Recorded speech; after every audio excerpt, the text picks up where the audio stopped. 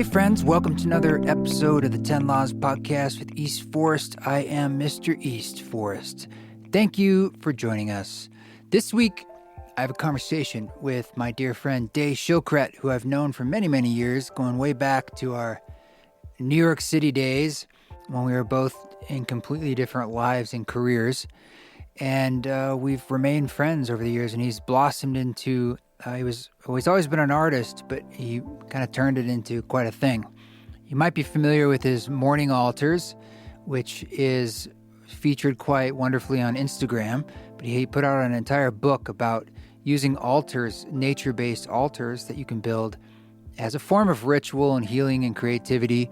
And he took that a bit further with this new book of his, which is called Hello Goodbye, and is more focused on ritual in general, like the role of ritual in our lives and in healing, the way it's hidden and the way we can bring it into the fore. So, as you know, this is a subject that I'm really into, and I know that you are going to enjoy it as well. Just want to say thanks to all our council members, patreon.com/eastforest. If you want to support this podcast, go deeper, hear demos, do occasional live streams together, or be part of our monthly Zoom council where I do live music meditations, and we as Day says in this podcast, we witness. That's a bio Akomolafe, our favorite bio. We witness one another. Check it out, patreon.com/eastforest. And thanks for everyone who's given the podcast reviews. You can do that now on Spotify. So if you're listening on Spotify or you want to hop over there and give us a 5 stars, that makes a big difference. You can do that on Apple too. And thank you for everyone who says hello or posts about the show. We appreciate the support very much. So tickets are on sale for Las Vegas for February 16th. If that's something you can come to at Area 15, it's a really cool space next to Meow Wolf with projection mapping all around. And we're looking forward to that. I think we were trying to do Arizona right after that, and that might now have to be postponed until a little further in the future. It's this COVID stuff. Have you heard of it? In our household, Rada came down with COVID, and I have been staying healthy to the best of my ability. I have not got a positive test with that, so I'm grateful for that. But she's doing fine now. She lost her smell yesterday, but other than that, she's feeling much better. But as you guys know, I mean, I'm guessing for most folks out there, particularly in the U.S. right now, you know someone who's either has it, had it, or is quarantining because they're exposed, or yourself is in one of those 3 categories. And I know around the world it's a similar case as well, just on various different timelines. So really rich times, shall we say, for grist for the mill, for doing our journeys together. But that's where we've been over here. And we're both preparing to go to Mexico. I have an event down there, a private event, and she's doing a teacher training for a couple weeks down there. And then I'll be back here for the date in Las Vegas. I'll see my UK and Ireland friends in early April. All these tickets are at eastforest.org. And we have a Journey Space event on February 12th. And for that, I'm going to be doing the world premiere, shall we say? It is the world premiere of a new 4-hour piece of music I've put together to guide a journey. It's like a Music from Mushrooms Volume 3 or whatever. But this will be an online live stream listening event in a live group. That's what Journey Space is. So you get to witness each other in a live group, be supported by live facilitators with preparation and integration circles. Check it out, journeyspace.com or just eastforest.org. All right, well, let's dive into this wonderful conversation with my good old friend, Schildkret.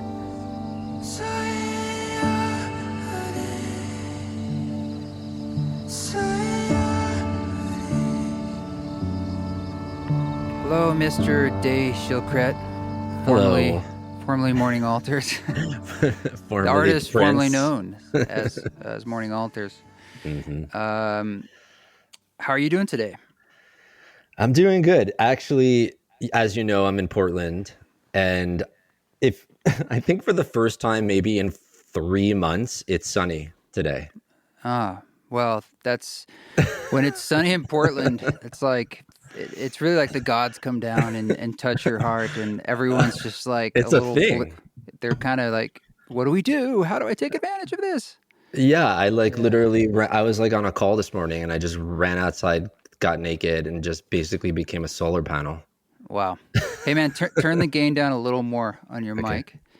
Yeah, I remember when I was in Portland, and I would look at the forecast, and if I saw like sun or particularly warm weather, I actually would like make plans, and I would get anxious a bit because I would feel like I That's have how to I like f- seize the th- day. that's how I feel right now being on this podcast with you.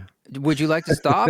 Because that's how I would also be working. Like I would do a cost benefit analysis of like, working on this email versus going outside and getting some sunshine on my face. And that usually would win. Yeah. Well, No, I'm good. it's wild to me that you live there now and we didn't It's true. cross paths there. Although we did cross paths in the Portland airport. I'd like to start with that story. This is a beautiful little synchronicity. It started with I was flying somewhere, and Yeah. I landed in, my dad was supposed to come pick me up, but it was going to take hours for him to get there. So I was just waiting in the Portland airport, and I just get this text from you. I hadn't heard from you in a long time, and it was just an image of a wooden, beautiful Nautilus, which, okay, I was like, thanks, man. It's on And brand. It's on brand. yeah, I easily could have just left it as not even replying or being like, just saying like cool or something, and But you recognized it, I did right? not. Oh, I you did didn't? not. Oh. No, I just thought you were showing me some cool Nautilus art. Like Oh, people I send thought you me knew it was in mushroom the things, airport. and that would have been it. But what was kind of interesting is somehow I asked you, where that is, and you said PDX, and I said, you mean Portland? And you're like, no, the airport. And I'm like, well, when were you there? And you're like, I'm here. And I'm like, I'm here. And you're like, well, I'm boarding in 15 minutes if you want to say hi. So we did. So, I mean, I think more than likely, You literally walked me to the gate. Like yes. you were my Yeah, a little pat companion. You're on the my back and like, escort. have a good trip. Yeah. Yeah, that was hilarious. Yeah. It's a kind of, like, what do you do with that for you? Like, as we're going to get into larger discussions around ritual as this aligns with your new book, but I'm curious the role synchronicity plays for you in ritual or in life, in meaning. I've always thought of synchronicity in this weird way, like watching, like it's kind of like when you're in a movie theater and you watch a coming attraction and then you actually like a couple months later see the film, Yeah. and you're like, oh, fuck, I remember that part of of the movie. Like I saw that part before. Yeah. And so I feel like, we have these moments where we kind of get the sense that something's happening. I have that with my dreams all the time. It's very weird. My dreams, I dream something and then like 5 years, I kind of feel like oh yeah, I think I dreamt this.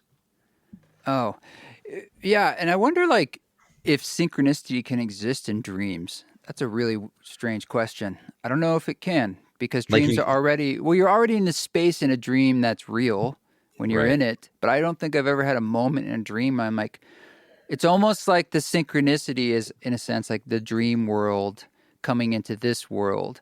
But when you're in the dream world, the other world doesn't. Lucidity, I suppose, would be the equivalent of Yeah. a synchronicity in a dream world. Yeah. Yeah. Yeah. I have no idea. I'm reading a book right now called The Secrets of the Talking Jaguar, Martin Prechtel. Yeah. Do you know this book? Yeah, it's been around. Yeah. Yeah, it's been around. I, And I haven't read it, but I'm familiar with it. it's pretty wild. And I'm at the part right now where he's talking a lot about like his shamanic initiation and dream worlds and how much, we in this modern culture like have no idea what's happening within the dream world. And yeah, I definitely feel that way. I'm just kind of like still like a toddler in the dream world. It feels too like it's a mixed bag. Like I think if you overinterpret everything in your dreams, you have to recognize that a lot of it is just gobbledygook of the brain working stuff out, like Yeah. doing what it needs to do in the dream world. But then there's the ability for sort of messages and energies and entities to be inserted into But it. it's kind of like that with normal life, right? Like most of the time we're washing dishes and like sorting through mail and email, and occasionally once in a while, you get this like major like inspiration moment or something, you have a huge moment with another person, or you're walking in the woods and like an owl swoops down, and you have these occasional moments, but for the most part it's just gobbledygook in real life. Well, your life. No, but wouldn't you say that the goal in some ways for a lot of people with meditation and the spiritual path is to make their day-to-day waking life more awake? In a sense, there's an awareness, and that awareness makes it so much richer. Whereas in the dream world, you're just in it. Yeah, I mean, look, you're transitioning the conversation pretty quickly to ritual. Like to me, the word that I'm really interested in these days is meaning. Like actually pivoting towards meaning. And sure, you can wake up in the morning and you can just fucking start your day and grab your, scroll through Instagram or your emails or whatever, or you can continue to pivot towards the sacred. This is a term that this guy Arnold van Gennep, he's an ethnographer, uses, pivoting towards the sacred. Everything, any moment, we can make it meaningful. Any moment you can pivot. It just takes that capacity to do it and the remembrance to do it. Like when you woke up this morning, what did you do? Did you pivot? Well, I mean, I have this sort of personal goal where I'm not making it one or the other. It's like even when I am washing the dishes or scrolling through the email, that I'm keeping that awareness of the grace of Mm-hmm. God in the moment, and just like the strangeness of all of this. It's like Mm-hmm. I just like to stay in a weird way in that lucidity of the dream of waking life. It Mm-hmm. would be my goal, and I feel like ritual, in a sense, helps demarcate those moments and sort of till the soil. It also, when I do the ceremony concerts, something I often say to people is like some of these things we do, these ritualistic things with our hands and our bodies, or writing something down, whatever it is, it's a way of telling your more tender parts of your brain, your unconscious. You're like, hey, this is important to me. I'm ritualizing it in a sense Yep. to make it more rich. And Mm-hmm. do you To make. think? Mm-hmm. Go ahead. Go ahead. Well, I was just What gonna comes up? say to make it real. That's what the rituals are basically taking something that is sometimes insane, sometimes lack complete understanding, sometimes are really hard to process, and they actually make it real. They make it so that you can actually see it before you. For instance, I interviewed someone in the book. This is like a really intense story. This woman's husband went on a bike ride one morning, right? They were like in the process trying to have a baby. They were living, I think they were married for like 6 or 7 years. And every morning he went on a bike ride. That morning he went on a bike ride, hit a rock, broke his back, became a paraplegic in one day. And their whole fucking life went upside down, right? Like no more privacy. All of their money went towards his health. All of their sex life went away. Their dream of having a kid, gone. She basically suddenly went from having a husband to having a baby, right? Mm. And she had so much anger about this and so much confusion, and like was lashing out at people, and like did not know how to understand how her life just changed in one day, totally, completely 180'd. And she did this thing, she already had a relationship with ritual. So on the anniversary of him becoming a paraplegic, she took her girlfriends and she went to that spot where he broke his back. And she did 3 rituals with that rock. One of them was expressing her anger, and she like threw rocks at that rock and like just let herself be in the fucking rage of like, you fuck, this bike, this rock. Like she let herself be in the rage of that. And then the second one was about burying. So she took some parts of her past life, and she, under that rock, she buried it into the ground. You know, she wrote down the dream of having a child with him, and all of the things. Like, she just needed to like bury it and let go. And the third part was she poured water over that rock and asked for forgiveness and let her grief out, man. And, you know, and just, and seeing that, being able to externalize that with the rock on that day, on that anniversary, let her find some sanity in a very insane situation. It gave her a little bit of ground to stand on so she could actually like express her emotions and be witnessed, you know. You had, I think, on your podcast a while ago, Yeah. right? Bio Kamala. Akamalafe. Yeah. And he has a term called witnessing, which I fucking love. You know, the capacity to stay with what's happening. And so she had a bunch of friends who were just like good witnessers. You know, they were just like able to be like, yeah, this fucking sucks. This is unfair. And the ritual let her move her emotion and find her way back to understanding. So that's a Crazy story, right? powerful example. It touches home for me. I mean, I had a much lighter experience, but for me, it was seismic. It's when I fell on my I bicycle remember. twice and broke I my arm. And, remember. and the thing that was hard for me was that sort of like randomness, how it felt like literally one moment it's one thing, and the next day, like now your whole life I has remember changed. speaking to you in the hospital. Yeah, Yeah, I I was remember. struggling with a lot I of was in that. I was in Union Square, and you and I were on the phone, and you were in the hospital, and you were really struggling. You Yeah, know, a really in the face of uncertainty. Like, how am I going to play my music? yeah, You or know, do all my of that. photography job at the Yeah, time. yeah. Mm. Yeah, and the second time it happened, it was even worse because I knew now exactly all the things I had to go through for months and months and months, but it was more the why. The why. Like and it makes you scared when you realize how fast and easily things can shift like that, which we all grok on a certain level, Hmm. but it's very difficult when it happens Yep. because it feels meaningless. And Exactly. you said ritual making something more real. Hmm. What do you mean by that, though? Is that a way of creating a bridge of healing there to when something feels "quote unquote" random, or shall we Sometimes say unwanted, unexpected? I think it's look. There's different degrees of change. Here's a great example. I did like hundreds of interviews for this book. One of them, I did a lot of retired people. I interviewed this woman. She was retired for like a year and a half, I think. She was in her 60s. And for the year and a half after she retired, she kept on waking up every day at 5 a.m. with a panic attack. She just like she woke up, immediately thought that she had something due. She didn't get her work in. Her boss was going to be pissed at her. And she transitioned into this new chapter in her life, but she still thought she was in the old one, Mm-hmm. right? And there was nothing marking that distinction. Like, you're not this anymore, you're that. You're not working, you're retired. There was no like real distinction. So she kept her psyche kept on thinking she was in the past life when she was in this new life. And it was impacting her sleep, it was impacting her mental health, it was impacting her relationships, and she needed something to demarcate that moment, you know. What comes up for me is adulthood, and Yeah.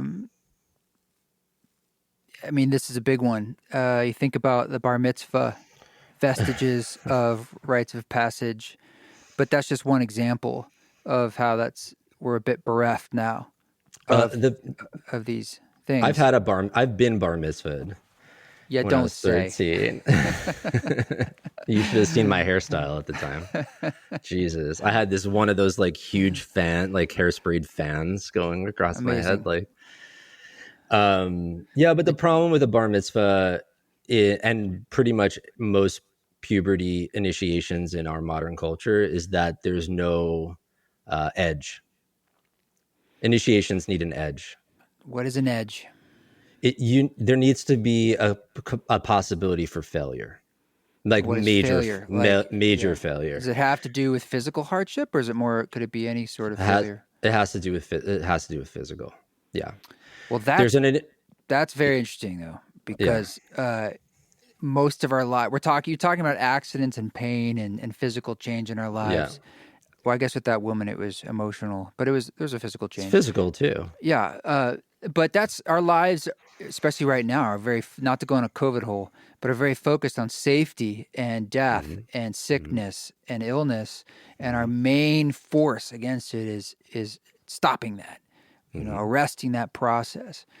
Are we, do you think, then stopping ourselves from a kind of ritual or finding that edge in ourselves in order to grow? Yeah, I mean, I wrote in the book, there's a chapter on rituals for times of crisis. It's totally unnecessary chapter, man. Yeah, I don't know why I wrote it. I mean, it's probably I superfluous, mean, I wouldn't say it's no very relevant, crisis. but sure, go ahead. But there's okay, so let me give a little bit of structure around how the book works. I'm calling this book basically like a ritual recipe book. So there's What is the 36. title? What's the title? The title is Hello Goodbye. Hello, goodbye. I had the worst title before this amazing title came through. Dude, I had the Was worst. it Hello Ritual? It was like, these books that are like the magic of ritual. They're like so like, With a beefed unicorn on the up. front They're and a beefed up. witch. No, I was listening to the Beatles one day and I was just like, oh yeah, that's the name, that's the name. Hello, goodbye. Anyway, there's 36 life transitions. I tried to fit in like fucking 60, and I had to cut a lot of them, but there's 36 that made it in, from like birth, becoming a dad, weaning a baby, coming out of the closet, being diagnosed, death and dying, losing a pet. That's a big one. But go back to what you were Yeah, I'm about talking to. about. I'm about All to. right. All right. So anyway, so crisis, this chapter came through honestly with like the elections. Like I was fucking wrecked when Donald Trump was elected, and I needed to do something in order to distinguish that moment. So anyway, in this book, it's part of it is going into what is happening in that life transition. Let's say divorce. What's happening? What's that about? And the second half of the book is these recipes, these ritual recipes. So in the crisis one, it involves a bowl, and there's three parts to it. The first one is breaking the bowl, because when there's a crisis that happens, let's say like a year and a half ago with the pandemic, there was a lot of brokenness that came up. I don't know. I lost 95% of my work in 1 week. My best friends, like, they canceled their wedding ceremony like 3 times. There's a lot of brokenness. Mm-hmm. So the first part is breaking the bowl, and there's structures to these recipes.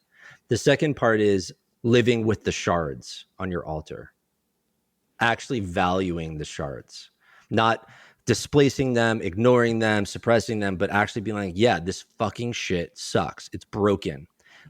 And putting it on the altar sanctifies it, And then the third part of it is it's based on the Japanese ritual of called kintsugi, which is basically like gluing it back together, but lining the cracks in gold. And so it's not, you're repairing, but you're not ignoring the wounds.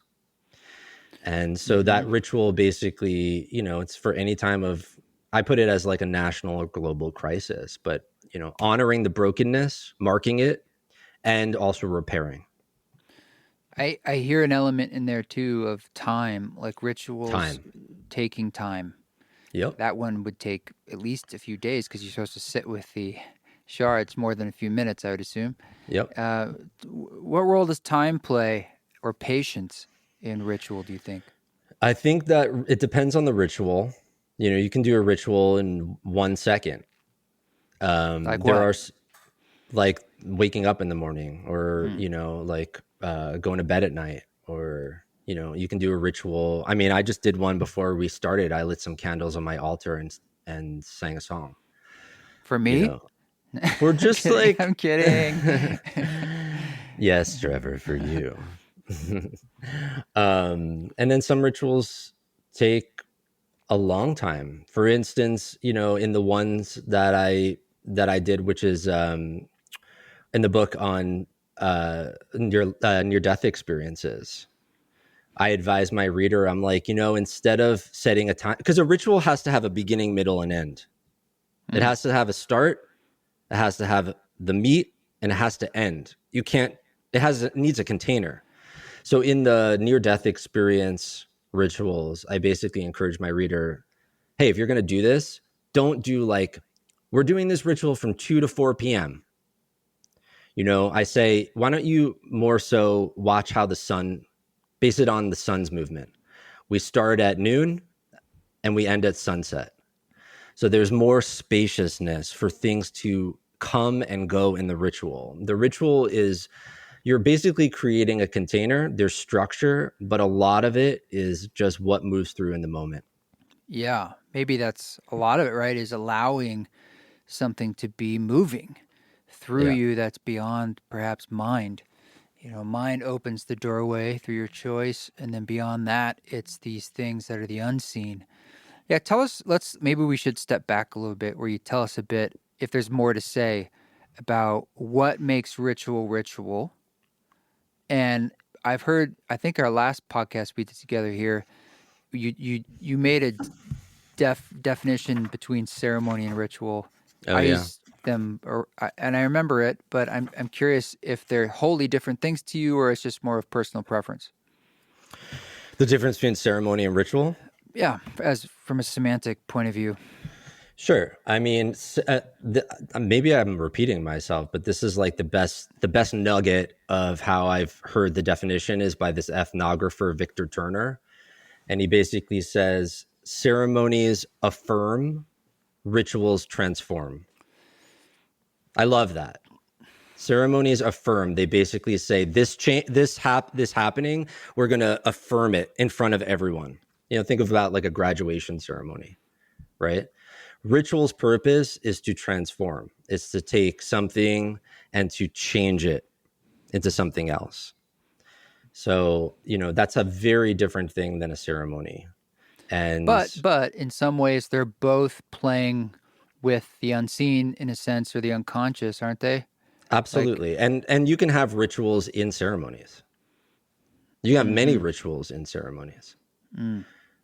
Like think about I don't know, for a Jewish wedding, I'm Jewish. There's many rituals in a Jewish wedding. There's the circling of the groom and the bride. If it's a hetero couple, there's the drinking of the wine. There's the breaking of the glass. These are all little rituals in a big ceremony. Yep. You know, and each one of them changes the thing a little bit. Why was your book focused more on ritual in particular, or why now? Well, I think that why now? I feel like we're in this time where things don't fucking make any sense. Are you starting to see, like, as a host, I ask questions that maybe are somewhat obvious, but they need to be asked. We need to set this up. I mean, I have a guess why now. No, but seriously, like, if you can think back 3+ years ago, whenever you started this process, like, why this subject? You know what I mean? There's a lot of ways to approach what's happening now. Why was this so important to you? Well, I've been first off, just on a personal level, I've been raised with ritual. Ritual has been a part of my upbringing. It's a part of my tradition. Jews do ritual really, really well. We have a lot, and we probably had a lot more when we were living, when my great grandparents were living in Europe. We probably had a lot more ritual, but we still have a lot. And so I'd say number one, being a child, I was taught a tremendous amount of rituals for time, rituals for place, rituals for weather, rituals for holidays. I mean, rituals for, births and deaths and all of that stuff. So a lot of my writing is inspired by my own tradition. That's number one. Number two, I've been doing morning altars for a long time, 10 years, building nature altars for a long time. And I've got to see a lot of people who had very little relationship with ritual and meaning making. And they put some berries and leaves together and they dedicate it to something important. And then they're like bawling like babies. And so I got to see just what making some order out of chaos looked like in a very real way, thousands and thousands of people. So that's number two. And then the third part is, the world is unraveling, as we know, and things are becoming more chaotic, and things are the meaning is in disarray. It's hard to make meaning these days. I mean, the isolation, the disconnection, all of these things, I'm experiencing it personally, especially with a mother with dementia. Things are making very little sense. So rituals are these moments where we can make sense, little islands in time where we can stop and we can just look towards what's changing, acknowledge it's changing, emote, reaffirm, and then continue on with our day. And it's a humanizing experience. And the crazy thing is, rituals have been happening for thousands and thousands of years. They're not owned by any people. They're definitely not owned by any religion. This is a very human centric tool that we have. So as the world falls apart, we need more ways to make sense. See, you mentioned how like waking up is a ritual. And so I guess my next question is, it seems like ritual pervades our life. Is this mostly about how much consciousness we bring to it, or what makes it more valuable or more special if it's already happening? Well, it's not. I mean, you can wake up. You do wake up. Or then what makes it a ritual, or what makes it valuable, assuming we're saying a ritual is a positive thing? The biggest aspect of ritual is that it helps us remember. That's the most important part of a ritual. Actually, this is the lamest thing, but can I just read you a couple sentences From your own book? Yeah. Well, it says it better than I It'd be probably way could cooler right if now. you said that, like, could I? And then when I say You said yes, no? you tilt the camera and there's an actor right there with a book, like ready to read passages that are highlighted and I didn't know we had a budget for that. You do. Yeah.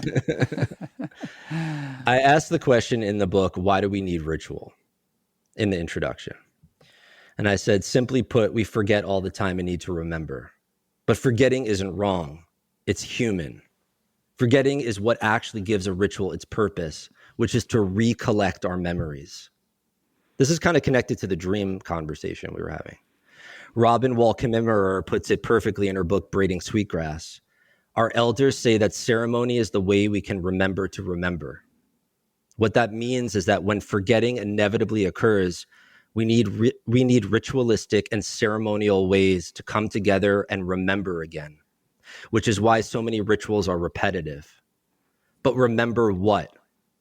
What it means to be human, which includes temporarily forgetting what it is to be one. Rituals are a way to keep taking our frayed and tattered memory and make it whole again. Mm-hmm. And memory of what? What are we remembering? What it means to be human. I mean, I think that's the thing in total disarray these days. And what does it mean to be human to you? For instance, you asked the question like waking up in the morning, right?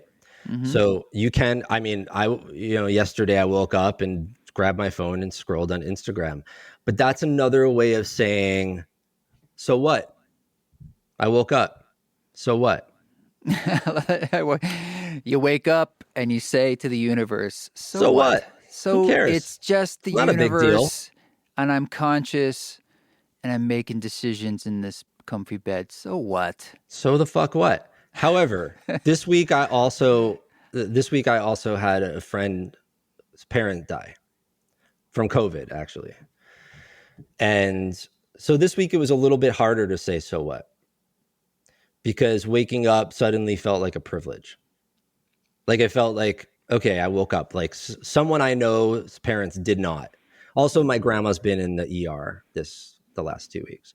So there's like a little bit more of this like, okay, stop the so what. This is actually a big deal because some people are not.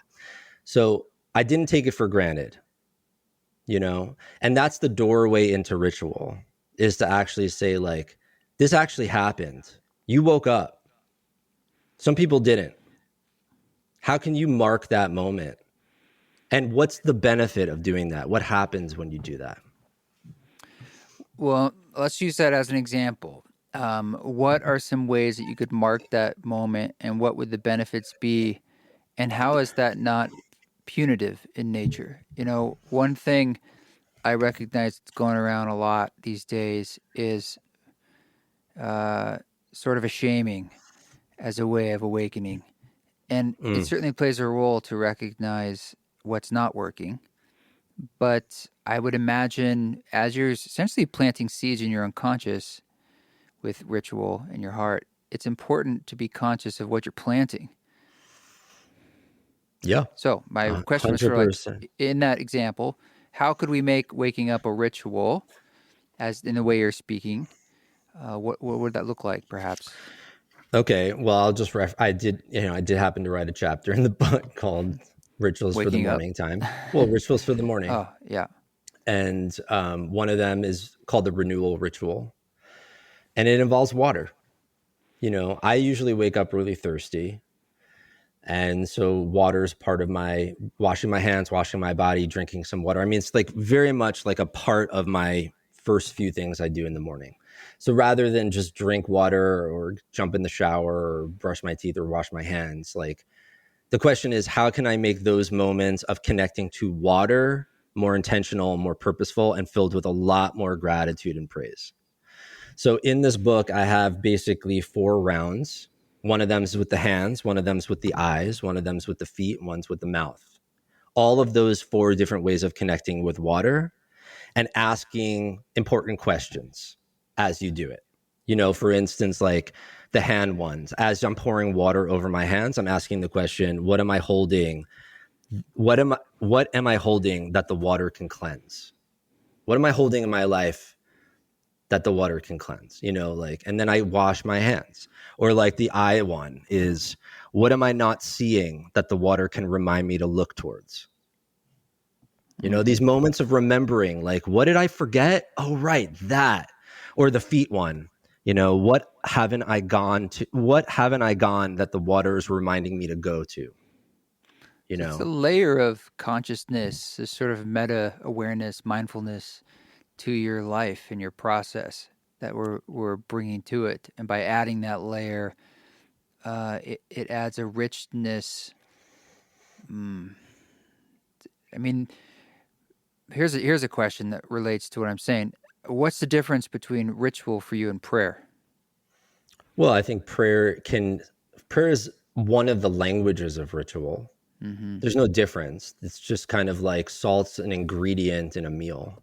It's an important one, but they're not like apples and oranges. They're woven together.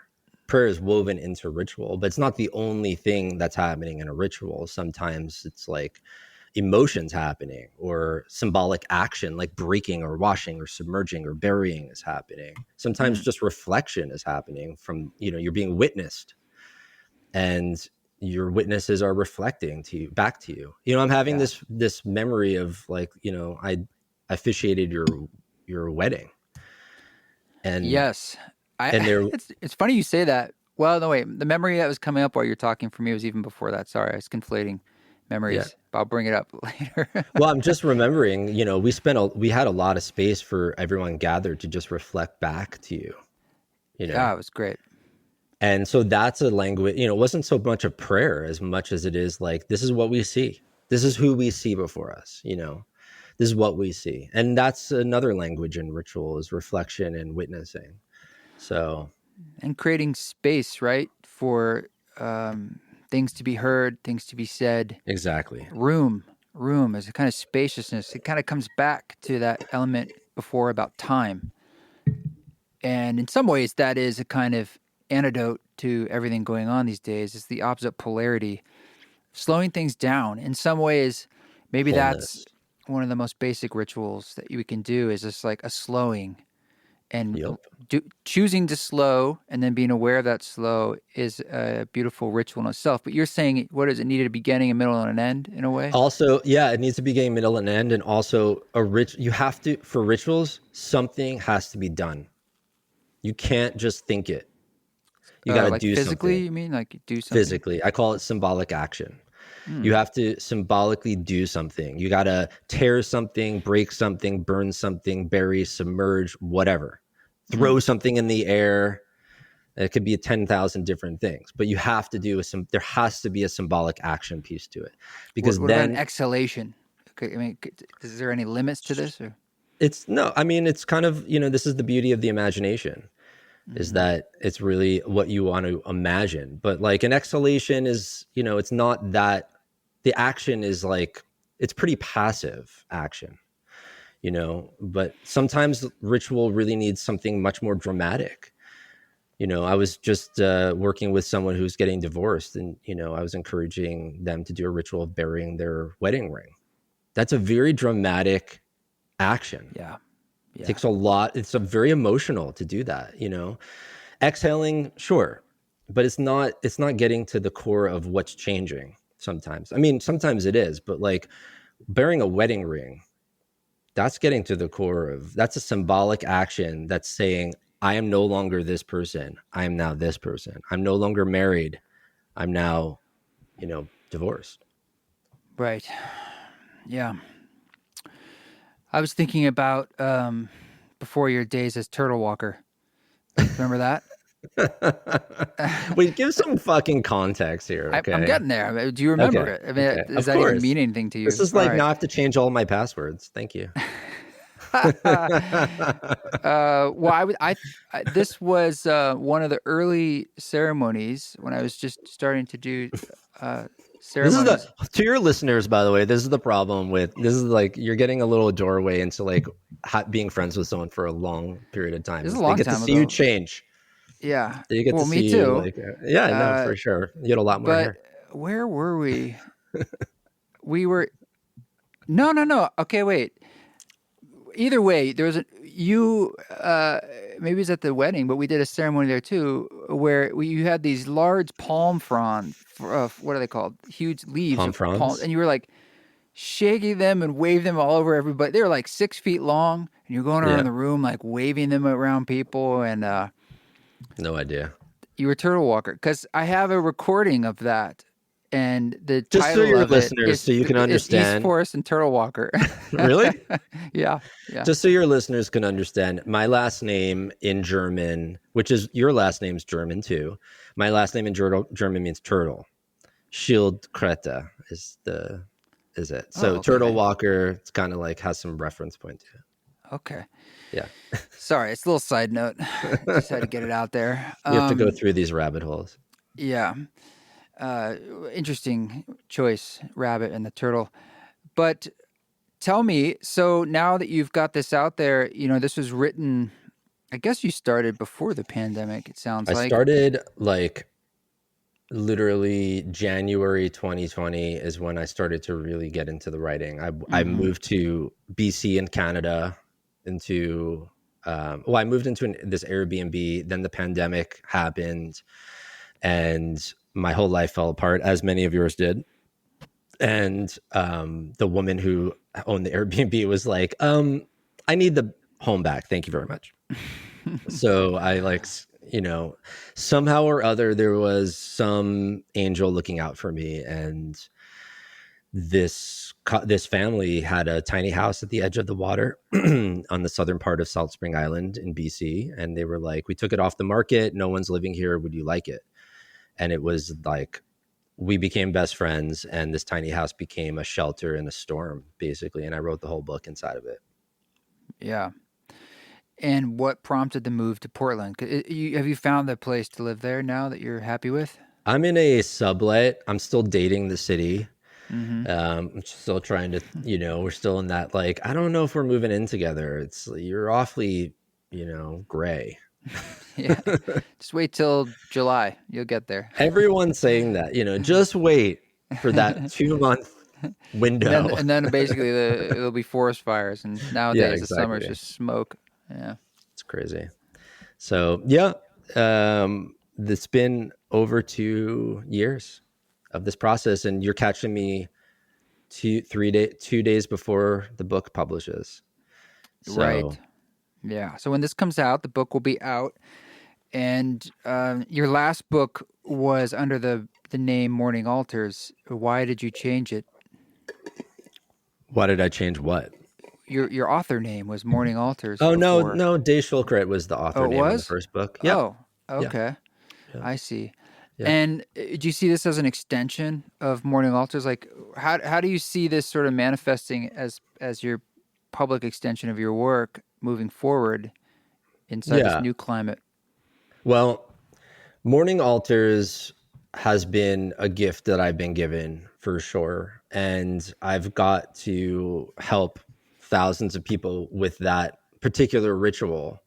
But this new book is me standing on the shoulders of that, all of those works, and really not limiting myself or my audience to using earth altars as the ritual tool. And instead, I'm really approaching this book very much as an artist and saying, rituals are partially remembered and partially invented with what's on hand. And that's like, some of it is really about inspiration. And as I said, I'm inspired a lot by my own tradition in the book. Mm. However, I'm an artist, I'm a creative, and rituals need to constantly be reinvented. Otherwise, they get stale, like anything. If you freeze a ritual, it suddenly starts to lose its meaning. So you have to reinvent it and make it meaningful constantly. And so I'm approaching this book very much as an artist. And there's only one earth altar in the whole recipe book. Everything else is other rituals that I either imagined, reimagined, um, invented, or really encouraging my reader to learn how to cook and to make their own meal. So, why do you think that you need to reinvent ritual? Why is it not such a good thing? Perhaps there is something that the repetition is what makes it rich for someone. Absolutely. I mean, I think there are certain rituals that, I've been doing, that my people have been doing for thousands of years, right? So they're still very relevant. They're very important. However, a lot of them lose their meaning, their original intent. You can still feel the original thumbprint in the ritual. For instance, like we have this ritual called the holiday called Sukkot. Speaking of like shaking palm fronds, we literally do that in this holiday. Well, I remember that on the New York City, there always be Yeah, we the shake guys three coming different. around with the palm stuff. Yeah, we Yeah. shake. There's three different tree species: myrtle, willow, palm, and then we have this little like citrus fruit called an etrog. And for the entire holiday, we shake this in 7 directions. Right? We shake it in the 7 directions, and the purpose of that is to call in the rain. Right? So like we've been doing this for thousands and thousands of years all over the world. But you're This has not been doing that now. I'm doing it, but like calling in the rain in Portland That's what I doesn't mean. make any sense. Yeah, Doesn't make any be sense. So it careful has to there. be reinvented and repurposed. There has to be some other thing that happens to refine the meaning of it. Mm. So, sometimes when a ritual is displaced, it loses the meaning. The other thing that I think happens these days is that people, because there's been so much ritual theft and appropriation, people are very scared to touch ritual. Like, oh, it belongs to this group or that group. And sometimes it does. And many of us are starving for meaning in our lives. And when we see a ritual from a people that are a little bit more intact than us, we can't help but want to like feast on it and feed on it and sometimes steal it. That's a very real thing, appropriation. However, it also can destabilize people and make them feel like they can't touch anything. And what I'm really encouraging in my book is like appropriation, hard stop. However, with that said, you have an imagination. Rituals play with imagination. Imagination plays with ritual. And sometimes anything could be made into a ritual. And so I'm really encouraging my readers' creativity and imagination when it comes to making meaning in their lives. Well, we can. I mean, it's inevitable, even if we make up our own rituals, they're going to have probably threads of other rituals, whether we're conscious of it or not. But we can. I imagine there are ways to appreciate what has been done as opposed to appropriate what has been done. Erica, I got to get her name. She was at the Entheo wheel at Esalen. That was kind of a big thing of hers: appreciation versus appropriation. Appropriation. And Mm-hmm. in some ways, it's an attitude, right? bringing a kind of consciousness to it, and it's sort of like a footnote, giving credit in a way. It's like, look, I know where this is coming from, and I want to speak to that, and I'd like to um, use its riches in this moment with appreciation. Sure. I mean, I think there's something to be said about permission, like really asking for permission to use or being given permission to use a certain ritual. But that's why I'm really encouraging my reader to step out of like, hey, you can create your own. Look, I'm giving you recipes. If you don't like salt, put in sugar. If you don't like pepper, put in oregano. Like you can switch it up. You can reinvent, you can change it up. It doesn't have to, it's really about as Michael, do you know Michael Mead? The Yeah, he was been on the program. Oh, okay. He says something great, which is rituals are partially remembered and partially and partially created from what's on hand. And he said this Yeah, on one of his podcasts, which I fucking love. It's like, yeah, sometimes it's remembered. Sometimes it's remembered through a culture. And yeah. sometimes you're just grabbing what you got because you need to do something right now. Hmm. And I think that gives us a lot of permission. Hmm. I love that, man. I love it too. He's Well, such a great guy. he's the best. I Yeah. love that conversation we had. So, anything else you want to say? You think it's important to add Buy the book. about? Oh God, about this subject. I think I'm asking some broad questions, but maybe I'm missing something. But not like I feel like this one conversation will encapsulate it all. I mean, there's so there's so many aspects to this, I mean, I'd say the reason I named the book Hello Goodbye is because I'm focused particularly on moments of endings and beginnings. I really want people to understand these threshold moments and that they ask more from us than just walking through them.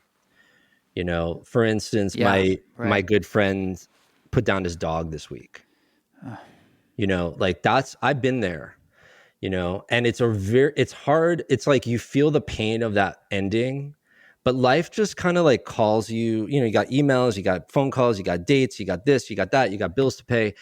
And it's very easy to just like carry on with your day, especially with a pet, because the culture doesn't give you any permission to really grieve that.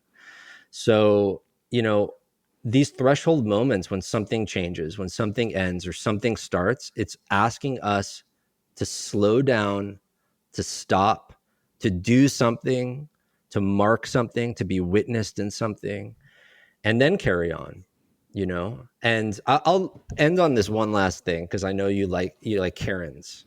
I'm pretty sure you even That's had them in old like news, one of your man. It's an music old video. album of mine. No, I'm kidding. Okay, Yeah, okay. Karen, Cairn. Yeah, So because if you that word has completely different meaning these days. When you say Karen, Karn, so when you say I know you like Karens, I'm like, I know people are you like, like I what know are you you like talking people to about? call the manager on you. What are you talking about?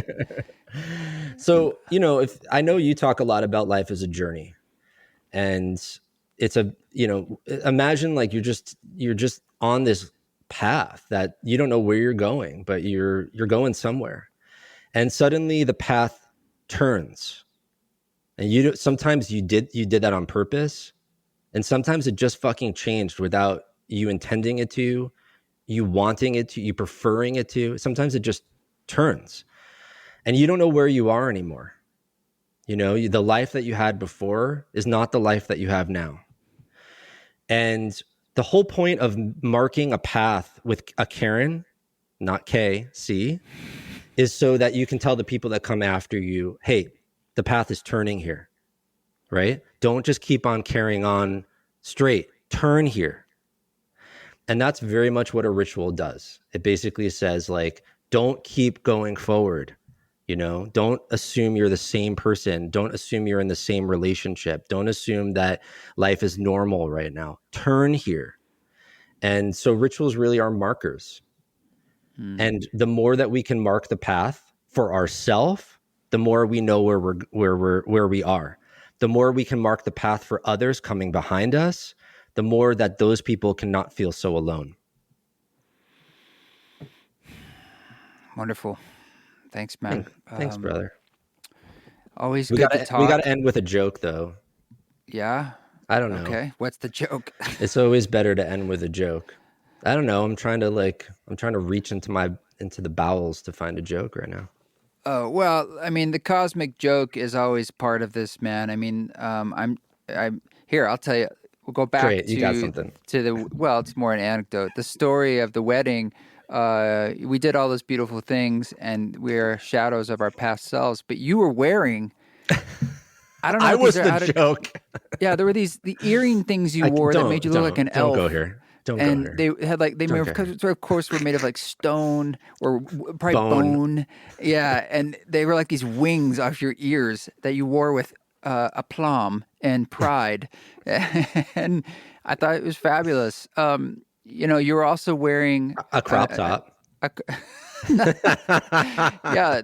There's a photo of you signing a release to go like on a horseback riding with the neighbors, and Becky, the neighbor, is dressed like a cowboy, like, I mean, rough with the hat and the dirty jeans. Cowgirl. But look, I mean, you wouldn't know as a female. The point is, rugged. Look like a rugged woman doing horse things. And you're looking at this clipboard with like a scrunchy face, and you're wearing sort of like cutoff jean, like overalls that have, or the belly is showing. AKA looking fabulous. Looking fabulous. The Bringing picture some is amazing. fabulous to the desert.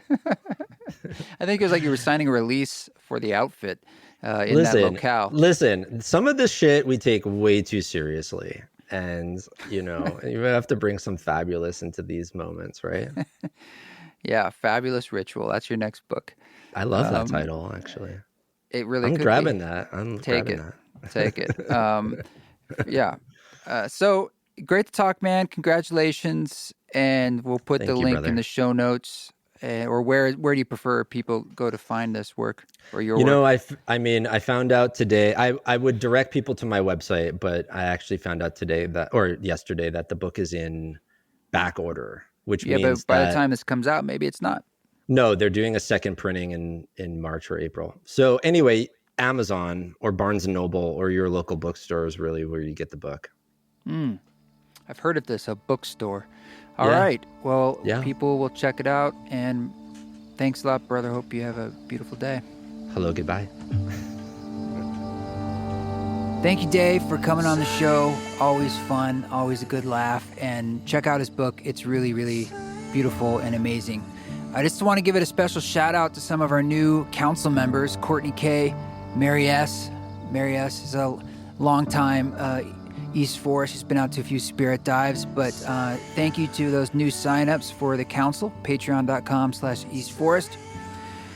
This song you're hearing in the background is called Doorway 3, the full version or extended version. And it is a track off the In album, but it's the whole track. There was more of a truncated, shorter, edited version on the In album. And I heard this song in a journey just as it is here, like it's just raw, full form. And I felt very strongly in that journey that it's like I'd like to release that. Or I feel like that song wants to get out there. So we put it out. And I hope you enjoy it. It is wherever you listen to music. It's called Doorway 3 Extended Version. Well, thanks, friends, for listening. Thanks for subscribing and helping spread the word. But I appreciate being in conversation together in any shape or form. But until next week, keep walking your walk. Don't take any shit. But if you do, you know what to do. Do it with grace.